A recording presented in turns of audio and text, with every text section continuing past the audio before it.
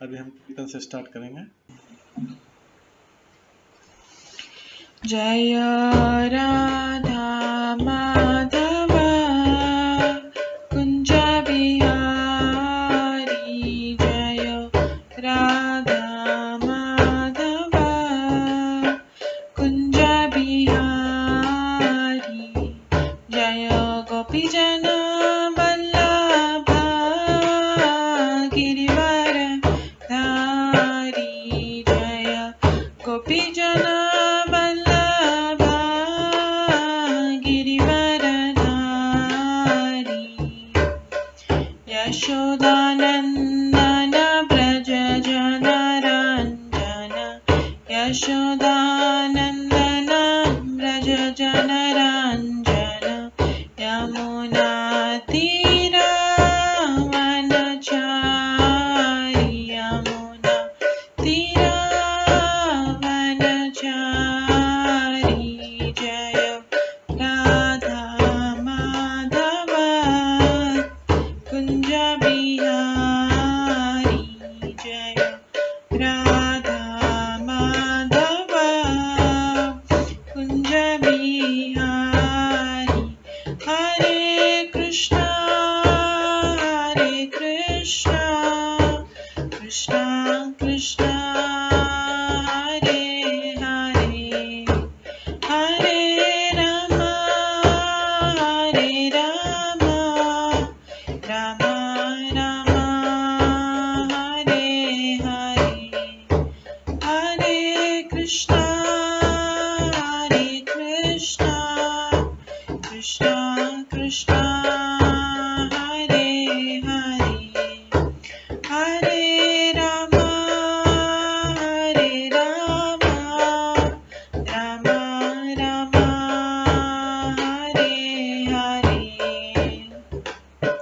हरे कृष्णा कृष्णा कृष्णा हरे हरे, हरे राम राम राम हरे हरे, हरे कृष्णा कृष्णा कृष्णा हरे हरे, हरे राम राम राम हरे हरे, हरे कृष्णा कृष्णा कृष्णा हरे हरे, हरे राम राम राम हरे हरे, हरे कृष्णा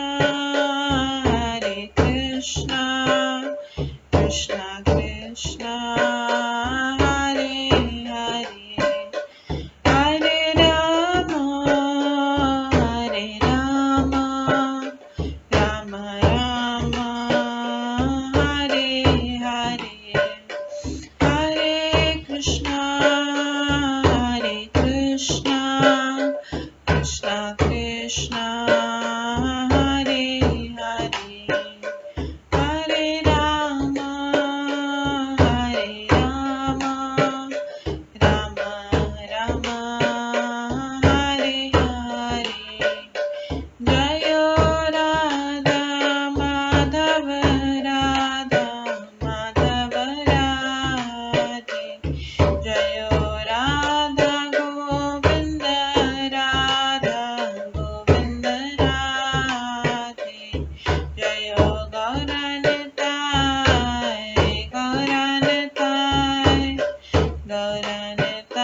जय गौरनिताय, जय जय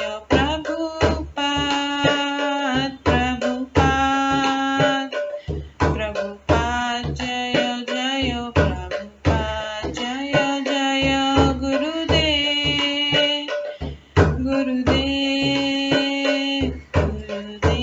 जय जय गुरुदेव, निताय गौर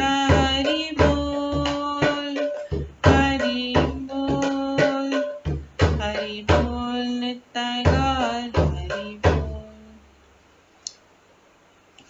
गौर प्रेमानंदे हरि हरि बोल। हरे कृष्णा। आज की इस क्लास में सभी भक्तों का स्वागत है। अभी मंगलाचरण से स्टार्ट करेंगे। ओम अज्ञानतिमिरन्धस्य ज्ञानाञ्जनशलाकया चक्षुरुन्मिलितं येन तस्मै श्रीगुरुवे नमः। श्रीचैतन्यमनोभीष्टं स्थापितं येन भूतले स्वयं रूप कदा मह्यं ददाति स्वपदान्तिकम्। वन्देऽहं श्रीगुरो श्रीयुतपदकमलं श्रीगुरुं वैष्णवांश्च श्रीरूपं साग्रजातं सहगण रघुनाथान्वितं तं सजीवं साद्वैतं सावधूतं परिजनसहितं कृष्णचैतन्यदेवं श्रीराधाकृष्णपादान् सहगण ललिता श्रीविशाखान्वितांश्च नमो विष्णुपदाय कृष्णपृष्ठाय भूतले श्रीमते भक्तिवेदांत स्वामिन्निति नामिने। नमस्ते सरस्वती देवे गौरवाणी प्रचारिणे निर्विशेष शून्यवादी पाश्चात्य देशतारिणे। वाञ्छाकल्पतरुभ्यश्च कृपा सिन्धुभ्येव च पतितानां पावनेभ्यो वैष्णवेभ्यो नमो नमः। जय श्री कृष्ण चैतन्य प्रभु नित्यानंद श्री अद्वैत गदाधर शिवासादि गौर भक्तवृंद। हरे कृष्णा कृष्णा कृष्णा हरे हरे, हरे राम राम राम हरे हरे। ओम नमो भगवते वासुदेवाय। ओम नमो भगवते वासुदेवाय। ओम नमो भगवते वासुदेवाय। नारायणं नमस्कृत्य नरं चैव नरोत्तमं देवीं सरस्वतीं व्यासं ततो जयमुदीरये। नष्टप्रायेषु भद्रेषु नित्यं भागवत सेवया भगवते उत्तम श्लोके भक्तिर्भवति नैष्ठिकी। कृष्णाय वासुदेवाय देवकी नंदनाय च नन्दगोपकुमाराय गोविन्दाय नमो नमः। सर्ववेदान्तसारमे श्रीभागवतम् इष्यते तद्रसामृतात् नान्यत्र स्याद्रति क्वचित्। आराध्यो भगवान् ब्रजेश तनयस्तनधाम वृन्दावन रम्या काचिदुपासना व्रजवधूवर्गेण या कल्पिता। श्रीमद्भागवतं प्रमाणम् अमलं प्रेम कुमार्थमः श्रीचैतन्य महाप्रभुमतम् इदं तत्रादरो न परम्। मूकं करोति वाचालं पङ्गुलङ्घयते गिरिं यत्कृपातमहं वन्दे परमानन्दमाधवम्। हरे कृष्णा।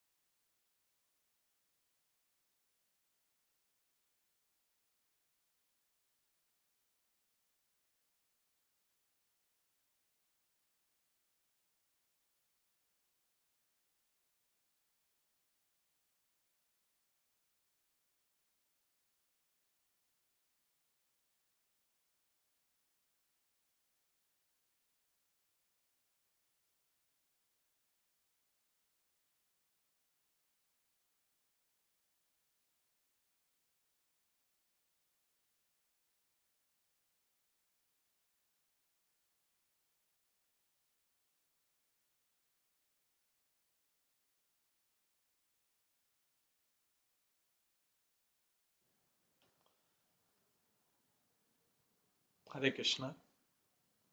आज की इस क्लास में सभी भक्तों का स्वागत है।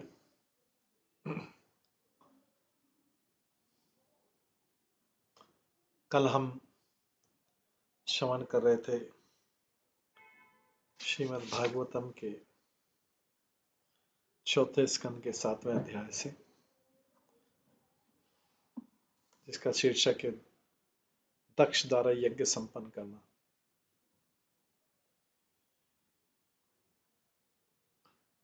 कल हमने श्रवण किया था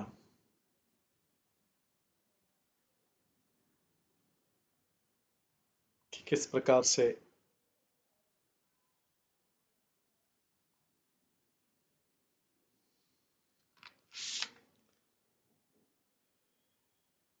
राजा दक्ष ने शिव जी से प्रार्थना की और कहा कि हे शिव, मैंने आपके प्रति बहुत बड़ा अपराध किया था, किंतु आप इतने उदार हैं कि आपने अपने अनुग्रह से वंचित करने के बजाय मुझे दंड देकर मेरे ऊपर कृपा की। आप तथा भगवान विष्णु अयोग्य निकम्मे ब्राह्मणों तक की उपेक्षा नहीं करते हैं, तो फिर भला आप मेरी उपेक्षा क्यों करने लगेंगे? मैं तो यज्ञ करने में लगा रहता हूँ, फिर भी भगवान शिव से प्रार्थना करते हैं, हे महान तथा शक्तिशाली शिव, विद्या, तप, व्रत तथा आत्म साक्षात्कार के लिए ब्राह्मणों की रक्षा करने के हेतु ब्रह्मा के मुख से सर्वप्रथम आपकी उत्पत्ति हुई।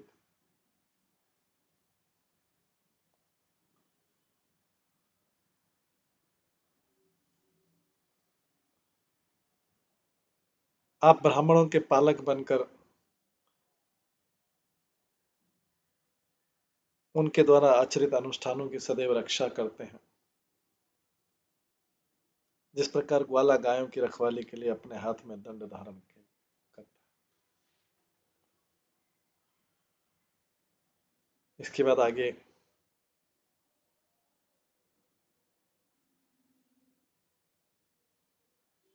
15वें श्लोक से हम प्रारंभ करेंगे।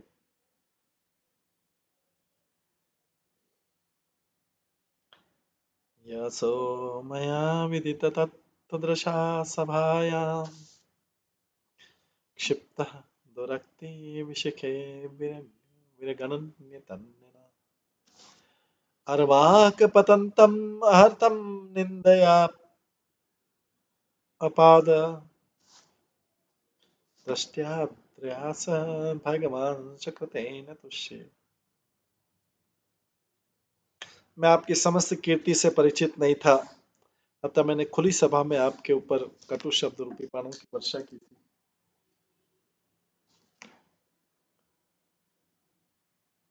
तो भी आपने उसकी परवाह नहीं की। मैं आप जैसे परम पूज्य पुरुष के प्रति अवज्ञा के कारण नरक में गिरने जा रहा था, किंतु आपने मुझ पर दया करके और दंडित करके मुझे उबार दिया। मेरी प्रार्थना है कि आप अपने ही अनुग्रह से प्रसन्न हो, क्योंकि मुझ में सामर्थ्य नहीं कि मैं अपने शब्दों से आपको तुष्ट कर सकूं। तात्पर्य, जब भक्त पर विपत्ति आती है तो प्राय इसे भगवान के अनुग्रह के रूप में स्वीकार कर लेता है।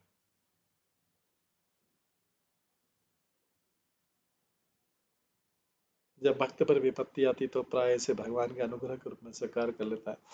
वसुदेव दक्ष ने शिव के प्रति जो अपमानजनक शब्द कहे थे, वे उसे सदा के लिए नरक में गिराने के लिए पर्याप्त थे।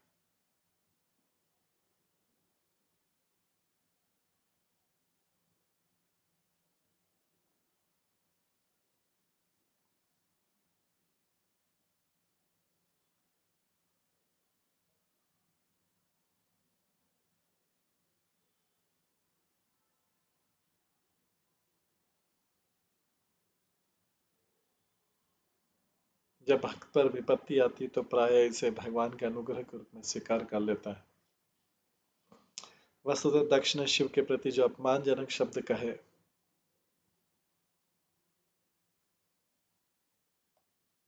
वे उसे सदा के लिए नरक में गिराने के लिए पर्याप्त थे।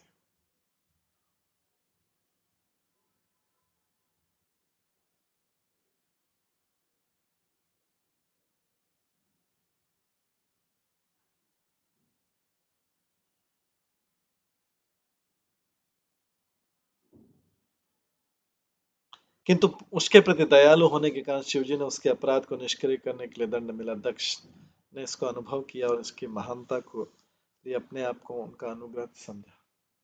कभी कभी पिता बच्चे को दंड देता है और जब बच्चा बड़ा हो जाता है और समझ हो जाता है तो वो समझता है कि उसके पिता ने जो दंड दिया था वो वास्तव में दंड न होकर दया थी।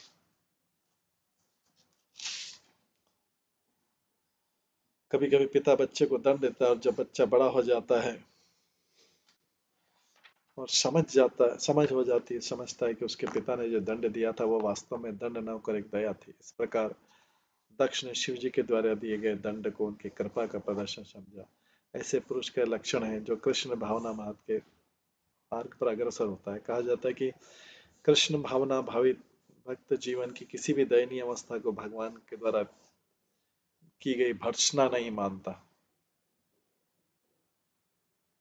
वो दयनीय अवस्था को भगवत कृपा मानकर ग्रहण करता है, सोचता है कि मैं अपने पूर्व दुष्कर्मों के कारण या तो दंडित होता या उससे भी अधिक भयावह स्थिति में जा पड़ता, किंतु भगवान ने मेरी रक्षा कर ली। इस प्रकार कर्म के नियमों के अनुसार मुझे थोड़ा सा ही दंड मिला।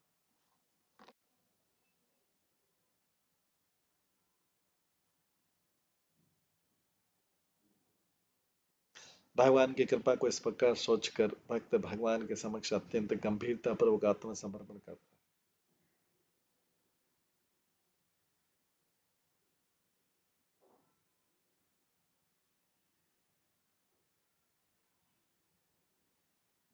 और तथाकथित दंड से तनिक भी विचलित नहीं होता।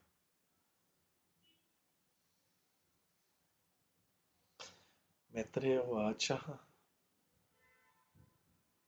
क्षमाप्येवं समीढमांशं ब्रह्मणा च अनुमन्त्रितः कर्म सन्तान्यामासः स्वोपाध्याय ऋत्विकादिभिः। मैत्रेय मुनि ने कहा, इस प्रकार शिव जी द्वारा क्षमा किए जाने पर राजा दक्ष ने ब्रह्मा की अनुमति से विद्वान साधियों पुरोहितों तथा अन्यों के साथ पुनः यज्ञ करना आरंभ किया। वैष्णवं यज्ञ संत्यये त्रिकपालं द्विजोत्तमा पुरोडाशं निर्वपन् वीर संसर्ग शुद्धये।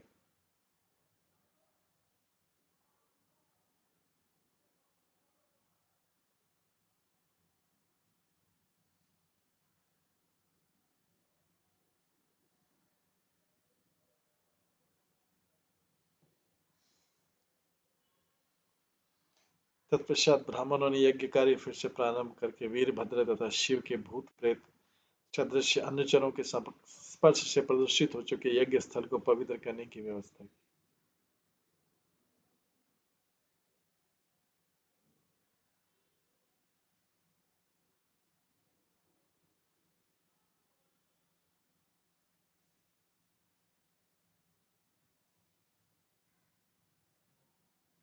तत्पश्चात ब्राह्मणों ने यज्ञ कार्य फिर से प्रारंभ करने के लिए वीरभद्र तथा शिव के भूत प्रेत सदस्य अनुचरों के स्पर्श से प्रदूषित हो चुके यज्ञ स्थल को पवित्र करने की व्यवस्था की। तब जाकर उन्होंने यज्ञ में पुरोडाश नामक आहुति अर्पित की। तात्पर्य वीरभद्र आदि शिव के अनुचर तथा भक्तवीर कहलाते और वे भूत प्रेत आदि हैं जिन्होंने अपनी उपस्थिति से न केवल यज्ञ स्थल को दूषित किया था वरन मल मूत्र विसर्जन करने की सारी व्यवस्था भंग कर दी।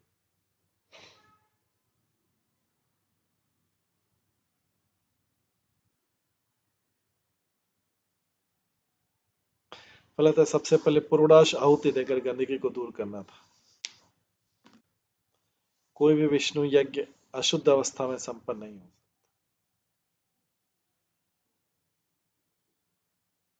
कोई भी विष्णु यज्ञ अशुद्ध अवस्था में संपन्न नहीं हो सकता। अशुद्ध अवस्था में कोई वस्तु भेंट करना सेवा अपराध कहलाता है।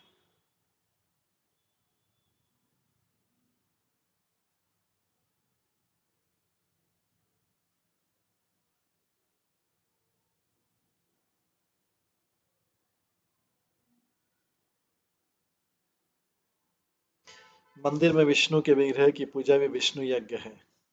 अतः समस्त विष्णु मंदिरों में जो पुरोहित अर्चना विधि की देखभाल करते हैं उन्हें शुद्ध रहना चाहिए।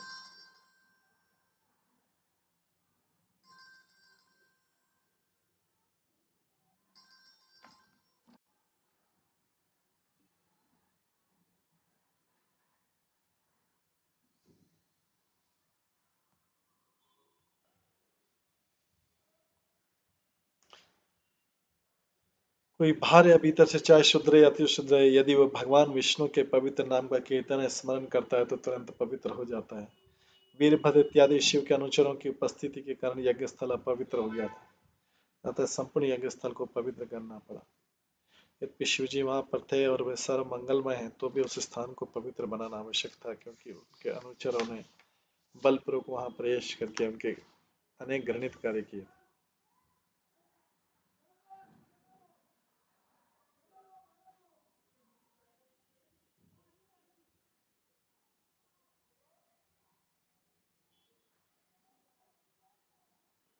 शुद्धि के कार्य विष्णु के पवित्र नाम त्रिकपाल उच्चारण से हो सकता था, जिससे तीनों लोग पवित्र किए जा सकते थे।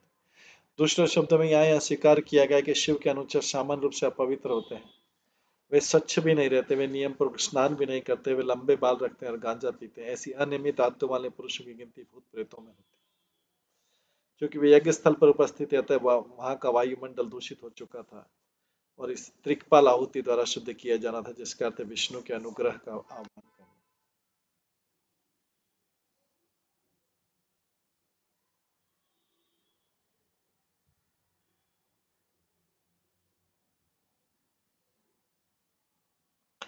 अध्वर्युन्नात्त हविषा यजमान विषाम पते धिया विशुद्धिया दध्यो तथा प्रादुर्भूत हरि। महा महामुनि मैत्रेय ने विदुर से कहा, विदुर, जैसे ही राजा दक्ष ने शुद्ध चित्त से यजुर्वेद मंत्रों के साथ घी की आहुति डाली, वैसे ही भगवान विष्णु अपने आदि नारायण रूप में वहां प्रकट हो।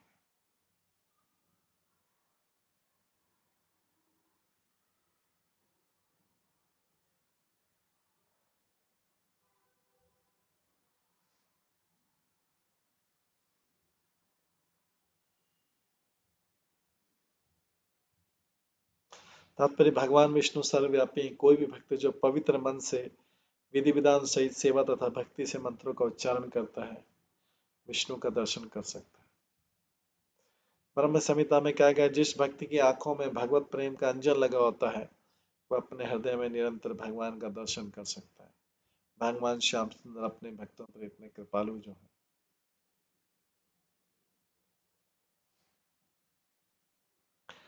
तदा स्वप्रभया तेषां द्योत्यन्त्या दिशो दश उष्णं तेज उपानि तस्य रुक्षेण स्त्रोत्रवाजिना। भगवान नारायण स्त्रोत अर्थात गरुड़ के कंधे पर आरूढ़ थे।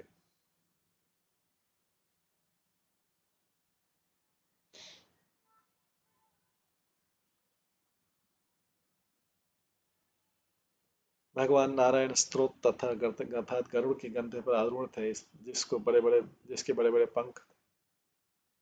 जैसे ही भगवान प्रकट हुए, सभी दिशाएं प्रकाशित हो उठी, जिससे ब्रह्मा तथा अन्य उपस्थित जनों की कांति घट गई।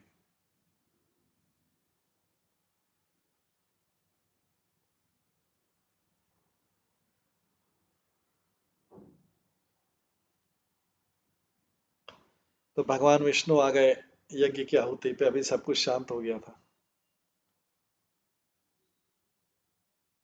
श्यामो हिरण्यः रशनार्ककीर्तिजुष्टो नीलालकभ्रमरमण्डितकुण्डलास्य शङ्ख शङ्खाब्जचक्र शरचापगदा श्रीचर्म व्यग्रे हिरण्यमये भुजैव कर्णिका।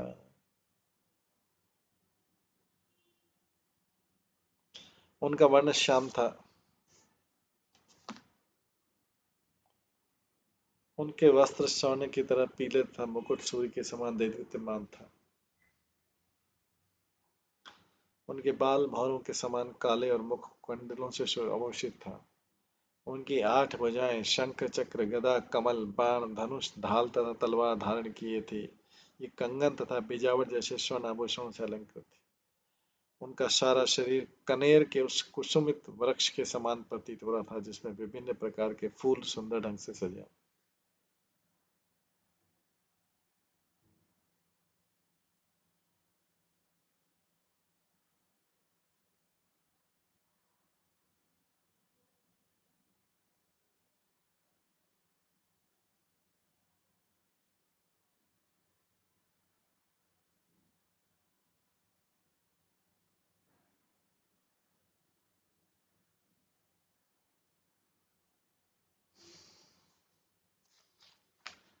तात्पर्य श्लोक में वर्णित भगवान विष्णु का मुख कमल पुष्प का प्रतीत हो रहा था जिस पर भावनाएं गूंज रहे हैं। विष्णु के शरीर के सभी आभूषण प्रातःकालीन सूर्य के लाल लाल सुनहरे रंग वाले तरण वृक्ष स्वर्ण के समान लग रहे थे। भगवान प्रातःकालीन सूर्य की भांति समग्र सृष्टि की रक्षा के लिए प्रकट होते हैं। भगवान प्रातःकालीन सूर्य की भांति समस्त सृष्टि की रक्षा के लिए प्रकट होते हैं। उनके हाथों में विभिन्न आयुध थे और उनके 8 हाथ मानव कमल पुष्प के 8 दल। यहाँ पर वर्णित सभी आयुध भक्तों की रक्षा के लिए होते हैं। सामान्य रूप से विष्णु की 4 भुजाओं में चक्र, गदा, शंख तथा कमल रहते हैं। ये चारों विष्णु के चारों हाथों में विभिन्न प्रकार से व्यवस्थित देखे जाते हैं। गदा तथा चक्र असुरों तथा दुष्टों को दंड देने के प्रतीक, जबकि कमल तथा शंख भक्तों को आशीर्वाद देने के प्रतीक।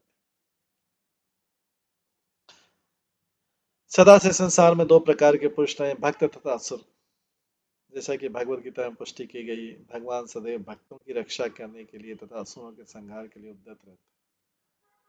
इस भौतिक लोक में असुर तथा भक्त दोनों ही हैं, किंतु आध्यात्मिक जगत में ऐसा कोई अंतर नहीं होता। दूसरे शब्दों में भगवान विष्णु भौतिक तथा आध्यात्मिक लोकों के स्वामी हैं। भौतिक जगत के प्राय सभी आसुरी प्रकृति के हैं, कुछ एक भक्त भी हैं जो भौतिक जगत में रहते दिखाई देते हैं, किंतु वे सदा आध्यात्मिक जगत में स्थित होते हैं। भक्त की दिव्य स्थिति होती है, भगवान विष्णु उसकी सदा रक्षा करते हैं।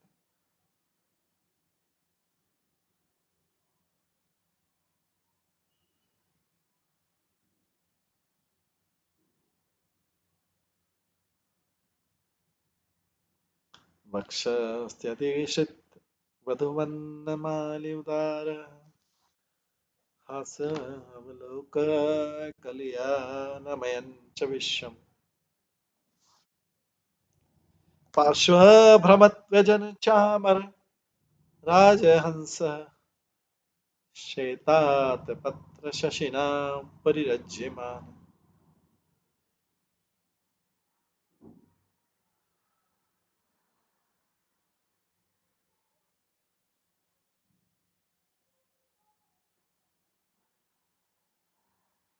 भगवान विष्णु असाधारण रूप से सुंदर लग रहे थे क्योंकि उनके वक्षस्थल पर ऐश्वर्य की देवी तथा एक हार विराजमान था। उनका मुख मंद हास के कारण अत्यंत सुशोभित था, जो सारे जगत को और विशेष रूप से भक्तों के मन को मोहने वाला था। भगवान के दोनों श्वेत चामर ढुल रहे थे, मानो श्वेत हंस और उनके ऊपर तना हुआ श्वेत छत्र चंद्रमा के समान लग रहा था।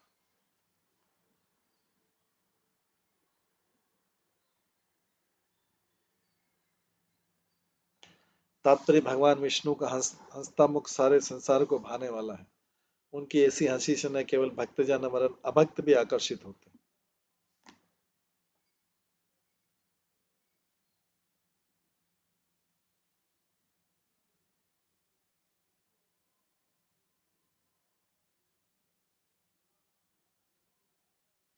इस श्लोक में सूर्य, चंद्रमा, 8 दल वाला कमल तथा भौरे की उपमा चामर छत्र मुख में दोनों और हिलते डुलते कुंडल तथा काले काले बादों से की गई।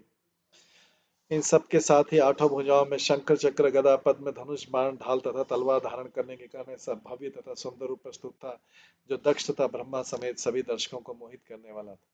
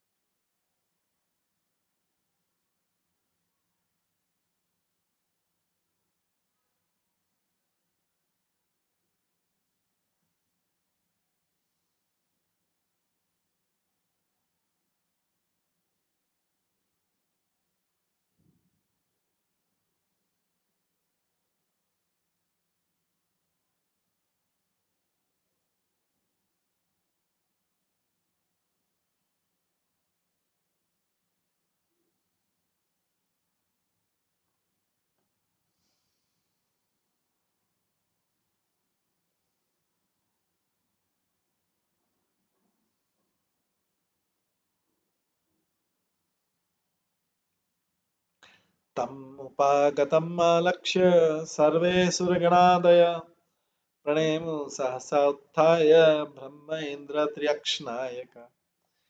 जैसे भगवान विष्णु दृष्टिगोचर हुए, वहां पर उपस्थित ब्रह्मा शिव गंधर्व तथा वहां उपस्थित सभी जनों ने उनके समक्ष सीधे गिरकर सादर नमस्कार किया। ऐसा प्रतीत होता है कि भगवान विष्णु शिव तथा ब्रह्मा के भी परमेश्वर हैं। देवता गंधर्व सामान्य जीवात्मा को तो कोई कुछ कहना ही नहीं। एक स्तुति में कहा गया, यम ब्रह्मा वरुणेन्द्र रुद्र मरुता, सभी देवता भगवान की पूजा करते हैं। इस पर क्या ध्यानावस्थित तदगतेन मनसा पश्यन्ति यम योगिना, योगी जन विष्णु के रूप में अपना मन केंद्रित करते हैं। इस प्रकार भगवान विष्णु समस्त देवताओं गंधर्व यहाँ तक कि शिव तथा ब्रह्मा द्वारा भी पूज्य। तद विष्णु परमं पदम सदा पश्यन्ति सूर्य, अतः विष्णु ही भगवान है। यद्यपि ब्रह्मा ने इसके पूर्व शिव को अपनी स्तुति में परमेश्वर कहा था,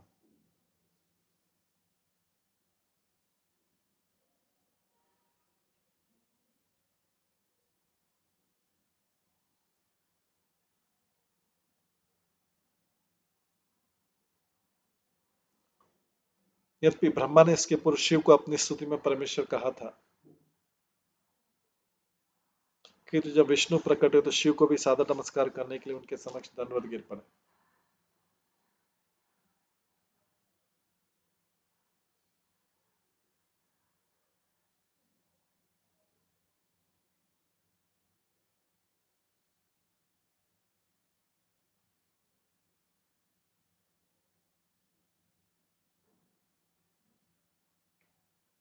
जब विष्णु प्रकट हुए शिव भी सादर नमस्कार करने के लिए उनके समक्ष दंडवत होकर गिर पड़े। तत्तेजसा हतरुचः सन्न जिह्वा साध्वसा मूर्धना धृतंजलिपुटा उपस्तथु अधोक्षजम्। नारायण की शारीरिक कांति के तेज से अन्य शबों की कांति मंद पड़ गई और शबों का बोलना बंद हो गया। आश्चर्य तथा सम्मान से भयभीत सबों ने अपने अपने सिरों पर हाथ धर लिए और भगवान अधोक्षा की स्तुति करने के लिए उद्यत हो गए।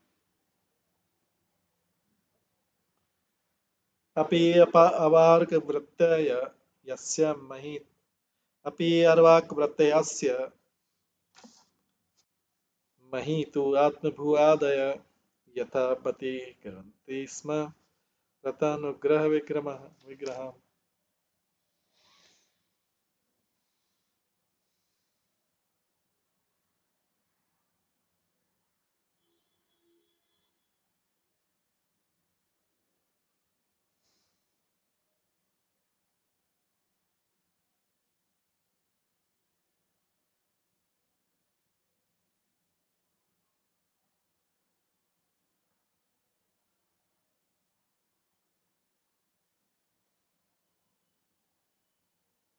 यद्यपि ब्रह्मा जैसे देवता भी परमेश्वर की अनंत महिमा का अनुमान लगाने में असमर्थ थे, किंतु सभी भगवान की कृपा से उनके दिव्य रूप को देख सकते थे।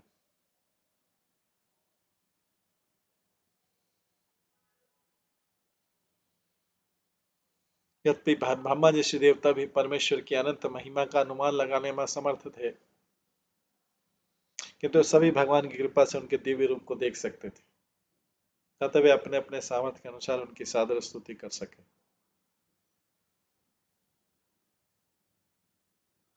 भगवान सदैव अनंत और उनकी महिमाओं का वर्णन कर पाना ब्रह्मा जी जैसे पुरुष के लिए भी दुष्कर। कहा जाता है कि भगवान के प्रत्यक्ष अवतार अनंत के अनंत मुख हैं और वे प्रत्येक मुख से अनंत काल से भगवान की महिमा का वर्णन का प्रयत्न करते रहे, तो भी उनकी महिमाओं का वर्णन पूरा नहीं हो पाया। सामान्य मनुष्य के लिए भगवान की अनंत महिमा को समझ पाना या उसका वर्णन कर पाना संभव नहीं है, किंतु अपनी अपनी शक्ति के अनुसार लोग उनकी स्तुति तो कर ही सकते हैं। सेवा भाव से शक्ति बढ़ती। सेवन मुखी जीवादों का अर्थ जीव से भगवान की सेवा प्रारंभ होती है।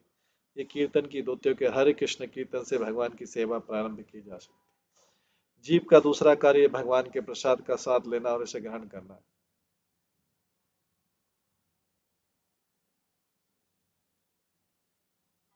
हमें अनंत की सेवा जीव से प्रारंभ करनी चाहिए और जप करने तथा भगवान का प्रसाद ग्रहण करने में पटु होना चाहिए। भगवान के प्रसाद को ग्रहण करने का अर्थ है समूची इंद्रियों को वश में करना।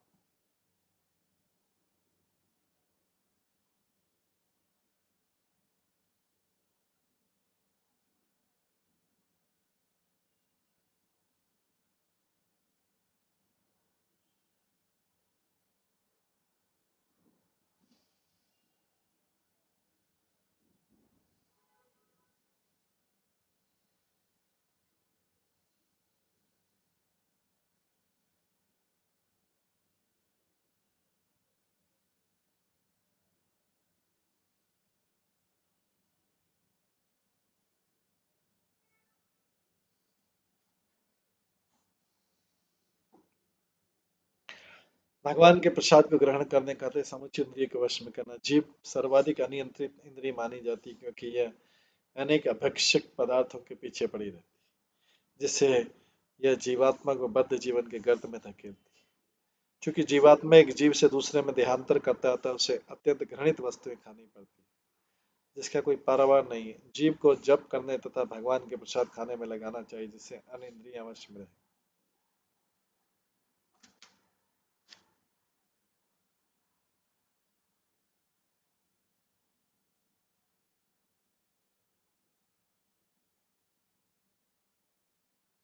जप या कीर्तन औषधि या प्रसाद भोजन है।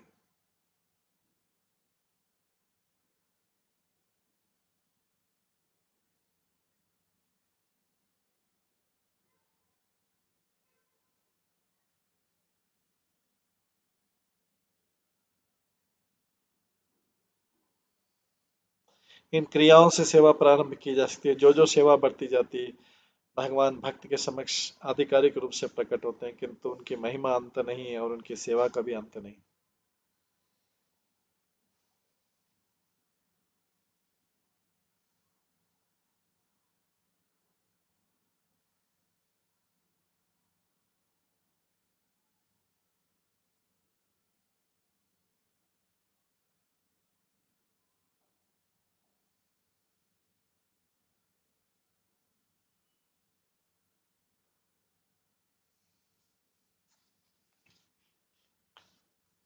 दक्षो गृहीतान् साधनोत्तमम् यज्ञेश्वरं विश्वसजां परं गुरुं सुनन्दनन्दाद्यनुगे व्रतं मुदा गृणन् प्रपेदे प्रयतः कृतांजलि। जब भगवान विष्णु ने यज्ञ में डाली गई आहुतियों को स्वीकार किया,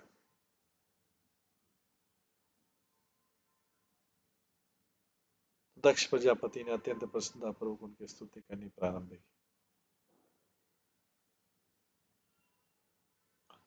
जब भगवान विष्णु ने यज्ञ में डाली गई आहुति को स्वीकार कर लिया तो दक्ष प्रजापति ने अत्यंत प्रसन्नतापूर्वक उनकी स्तुतियों को करनी प्रारंभ की।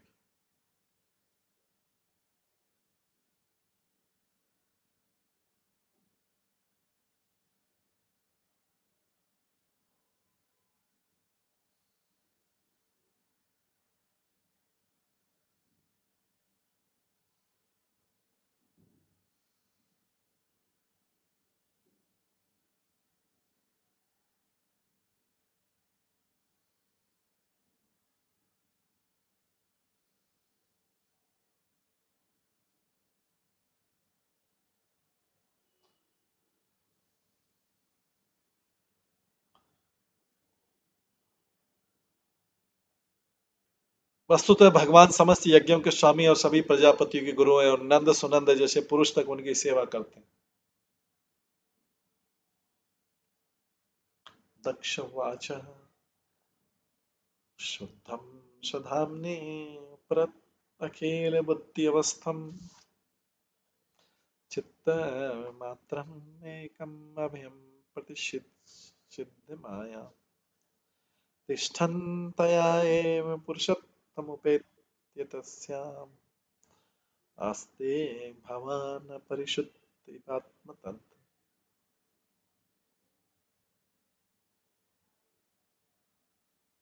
दक्ष ने भगवान को संबोधित करते हुए कहा, प्रभु आप समस्त कल्पना अवस्थाओं से परे हैं।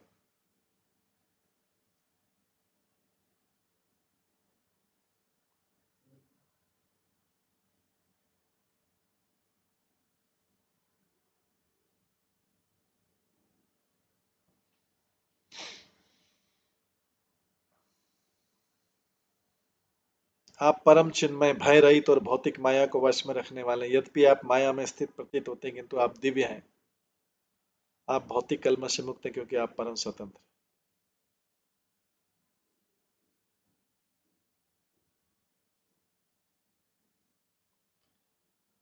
ऋत्विज ऊचु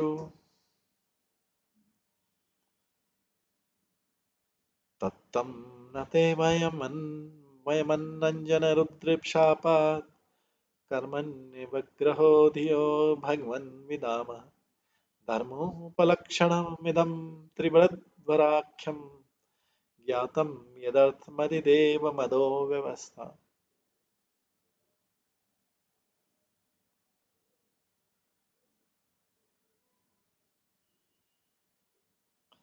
पुरोहितों ने भगवान को संबोधित करते हुए कहा, भगवान आप बहुत ही कलमश से परे हैं।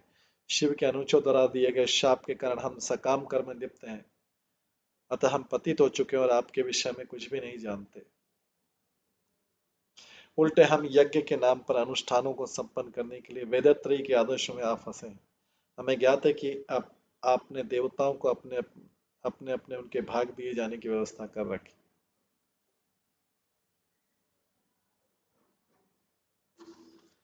वेदों को त्रैगुण्य विषया वेदा कहा जाता है। वेदों के विशेषज्ञ वेदों में वर्णित अनुष्ठानों के प्रति अत्यधिक लिप्त रहते हैं, अतः ये वेदवादी इन्हें समझ सकते हैं कि वेदों का चरम उद्देश्य तो भगवान कृष्ण या विष्णु को जानना है, किंतु जो वेदों के गुणात्मक आकर्षण से परे हैं वे उन श्री कृष्ण को समझ सकते हैं जो भौतिक गुणों से कभी भी दूषित नहीं होते। इसलिए भगवान विष्णु को यहाँ पे अन्न जन दूसरों दूषणों से मुक्त किया गया है, संबोधित किया गया है। भागवत गीता में कृष्ण ने अल्पज्ञ वेदवादियों की इस प्रकार निंदा की है।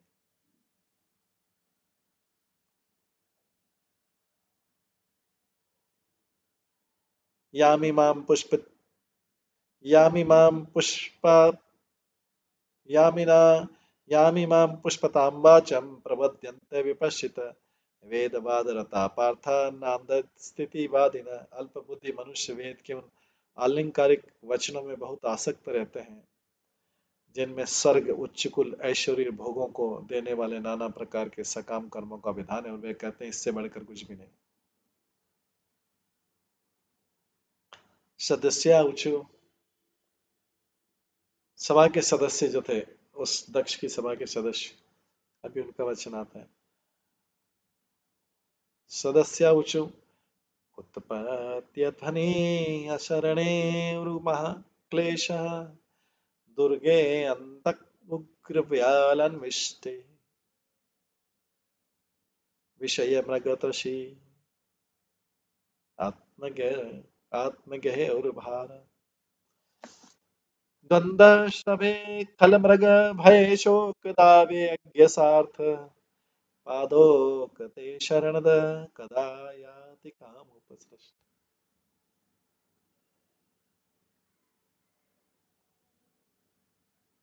सभी सदस्यों ने भगवान को संबोधित किया है। संतप्त जीवों के एकमात्र आश्रय इस बद्ध संसार के दुर्ग में काल रूपी सर्प प्रहार करने की ताक में रहता है। यह संसार तथाकथित सुख तथा दुख की खंदकों से भरा पड़ा है और अनेक हिंसक पशु आक्रमण करने को सन्नद्ध रहते हैं। शोक रूपी अग्नि सदैव प्रज्वलित रहती है और मृषा सुख की मृग तृष्णा सदैव मोहित रहती है, किंतु मनुष्य को इनसे छुटकारा नहीं मिलता। इस प्रकार अज्ञानी पुरुष जन्म मरण के चक्र में पड़े रहते हैं और अपने तथाकथित कर्तव्य के भार से सदा दबे रहते हैं। हमें ज्ञात नहीं कि वे आपके चरण कमलों की शरण में कब जाएंगे।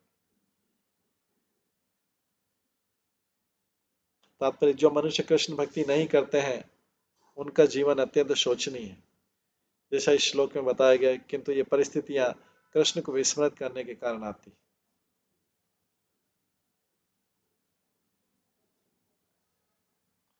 कृष्ण भावनामय आंदोलन इन समस्त मोहग्रस्त तथा दुखी मनुष्यों को राहत देने के लिए, अतः ये समस्त मानव समाज के लिए सबसे बड़ा राहत कार्य है और इसके कार्यकर्ता सर्वोत्कृष्ट शुभ चिंतक है, क्योंकि वे भगवान चैतन्य के चरण चिन्हों का अनुसरण करते हैं जो भी सभी जीवात्माओं के परम सखा।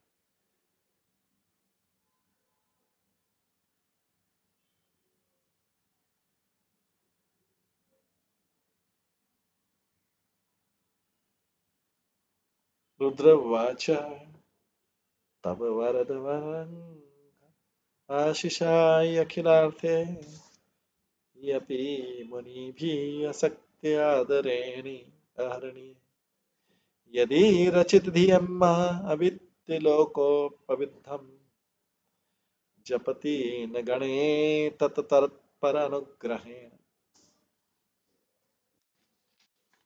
शिव जी ने कहा है, भगवान विष्णु से बोलते हैं, मेरा मन तथा मेरी चेतना निरंतर आपके पूजनीय चरण कमलों में स्थिर रहती है, जो समस्त वरों तथा इच्छाओं की पूर्ति के स्रोत होने के कारण समस्त मुक्त महामुनि द्वारा पूजित, क्योंकि आपके चरण कमल ही पूजा के योग्य हैं।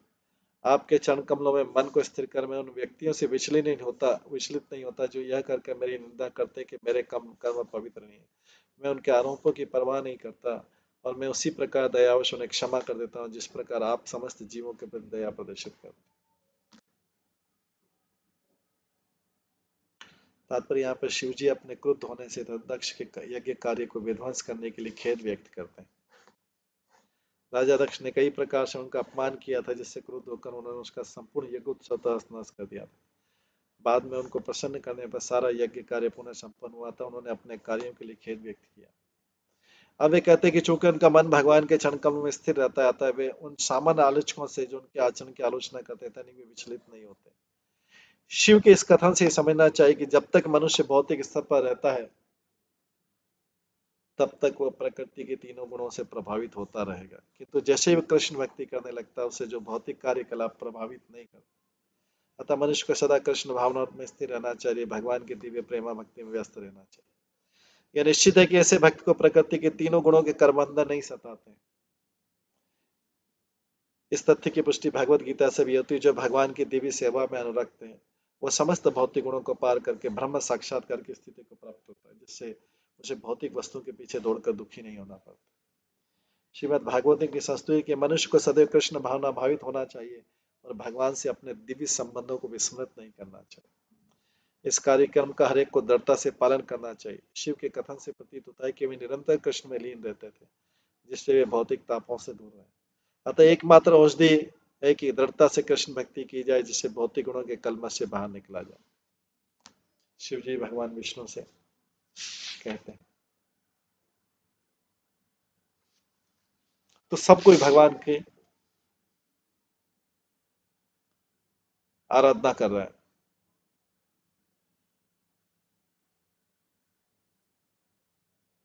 हर एक व्यक्ति जो है पहले दक्ष ने प्रार्थना की, फिर ऋषि पुरोहितों ने प्रार्थना की, फिर सभा के सदस्यों ने प्रार्थना की, फिर शिवजी ने प्रार्थना की, फिर अभी भृगु प्रार्थना करते हैं। भृगुवाच यतमाया गहनया प्रत्यात्मबोधा ब्रह्मादया तनुभृत तमसि सप्ततत्मात्मनः।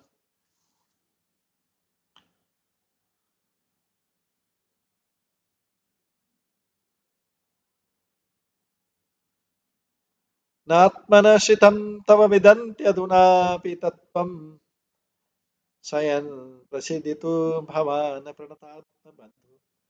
भृगु मुनि ने कहा, है भगवान, सर्वोच्च ब्रह्मा से लेकर सामान्य चींटी तक सारे जीव आपकी माया शक्ति की दुर्लभ जादू के वशीभूत हैं। इस प्रकार वे अपनी स्वाभाविक स्थिति से अपरिचित। देहात्म बुद्धि में विश्वास करने के कारण सभी मोह के अंधकार में पड़े हुए वे वास्तव में नहीं समझ पाते कि आप प्रत्येक जीवात्मा में परमात्मा के रूप में कैसे रहते हैं और न तो वे आपके परम पद को ही समझ सकते हैं कि तो आप समस्त शरणागत जीवों के नित्य सखा एवं रक्षक है। अतः आप हम पर कृपालु हो और हमारे समस्त पापों को क्षमा करें। दक्ष के यज्ञ समारोह में ब्रह्मा तथा शिव समेत सबों ने जो अपयश पूर्ण आचरण प्रदर्शित किया भृगु मुनि से अवगत।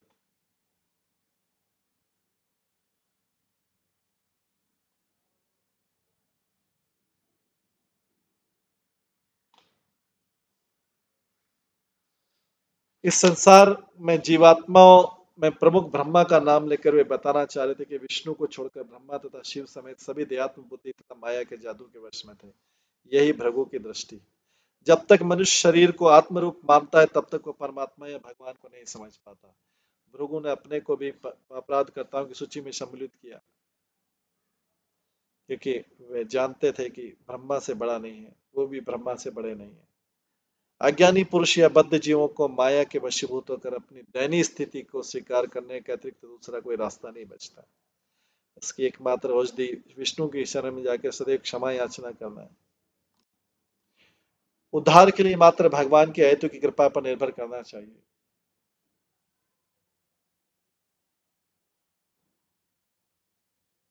अपनी शक्ति पर नाम मात्र भी आश्रित नहीं होना चाहिए। कृष्ण भावना में मनुष्य की यही सिद्ध स्थिति। भगवान वैसे तो सबों के सखा है लेकिन जो शरणागत है वे उनके विशेष मित्र हैं। अतः सरल उपाय है कि बद्ध जीव भगवान की शरण में रहे तो भगवान उसे सभी भौतिक बंधनों से दूर रखेंगे।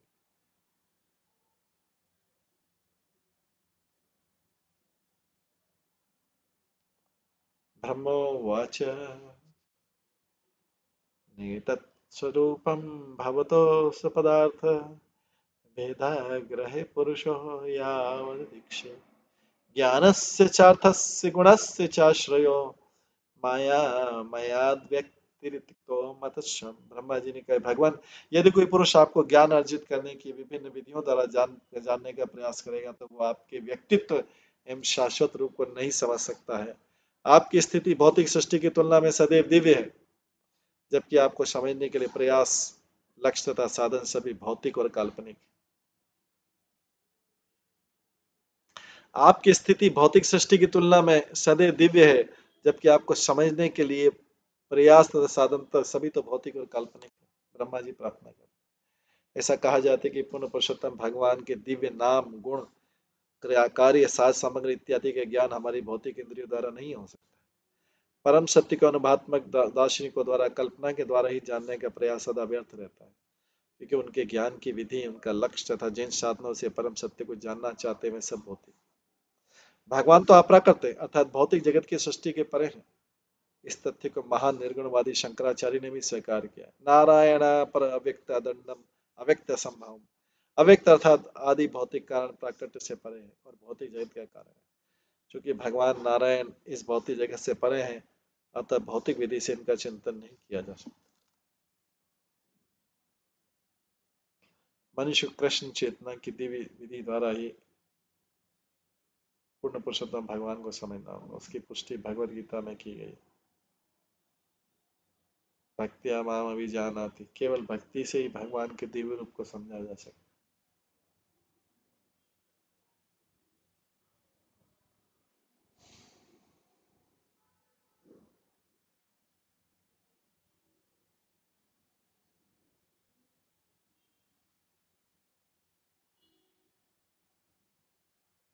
निर्गुणवादी तथा सगुणवादी में मुख्य अंतर यह है कि निर्गुणवादी अपनी सीमित चिंतन विधियों से भगवान तक नहीं पहुंच पाते,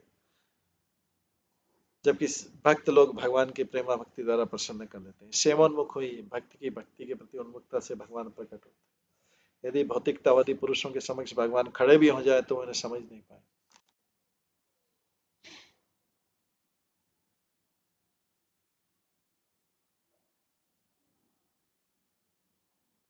अतः श्री कृष्ण ने भगवद गीता में ऐसे भौतिकतावादी को मूढ़ कर उनकी भर्त्सना की। मूढ़ करते दुष्ट।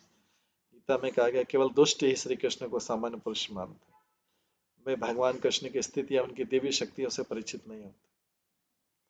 भगवान की दिव्य शक्तियों से अपरिचित होने से निर्गुणवादी व्यक्ति कृष्ण का उपास करते हैं, जबकि भक्त लोग अपनी सेवा वृत्ति के कारण उन्हें भगवान के रूप में जानते हैं। भगवद गीता के 10वें अध्याय में अर्जुन ने इसकी पुष्टि की है कि भगवान के व्यक्तित्व को समझ पाना कठिन। इसके पश्चात इंद्र प्रार्थना करते हैं। इंद्र वाच इदम अप्यच्युत विश्व भावनम बपुवानंदकरम मनोदशाम सुर विद्वित क्षपणे और उदात आयुधे भुजय दंडे पनमस्तिभि। राजा इंद्र ने कहा, भगवान प्रत्येक हाथ में आयुध धारण की आपका अष्टभुज दिव्य रूप संपूर्ण विश्व के कल्याण हेतु प्रकट होता है और मन तथा नेत्रों का अत्यधिक आनंद देने वाला है। आप इस रूप में अपने भक्तों से ईर्ष्या करने वाले असुरों को दंड देने के लिए सदैव तत्पर हैं।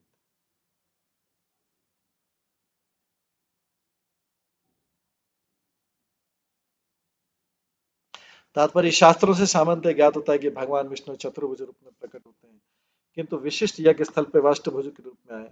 राजा इंद्र ने कहा, यद्यपि हम आपके चतुर्भुज विष्णु रूप देखने में अभ्यस्त है, किंतु आपका यह अष्टभुज रूप भी उतना ही यथार्थ है। जैसा कि ब्रह्मा जी कह चुके हैं, भगवान के दिव्य रूप का दर्शन करना इंद्रियों की शक्ति के परे है।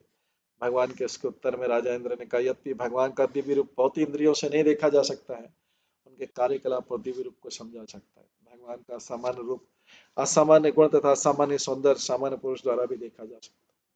उदाहरण, जब वृंदावन में भगवान कृष्ण 6-7 वर्ष के बालक के रूप में प्रकट हुए तो वहां के वासी उन्हें देखने आए। वहां पर मूसलाधार वर्षा हुई तो भगवान ने गोवर्धन पर्वत उठाकर वृंदावन वासियों की रक्षा की और पर्वत को 7 दिन तक बाएं हाथ की कनिष्ठ उंगली पर उठाए रखा। यह असामान्य गुण उन भौतिकतावादी पुरुषों को विश्वास दिलाने वाला है जो अपनी भौतिक इंद्रियों की सीमा तक की कल्पना कर सकते। भगवान की लीलाएं व्यवहारिक दृष्टि से भी मन को भाने वाली है, किंतु निर्गुणवादी इस रूप पर विश्वास नहीं रखते क्योंकि वे भगवान के व्यक्तित्व की तुलना अपने व्यक्तित्व से करते हैं।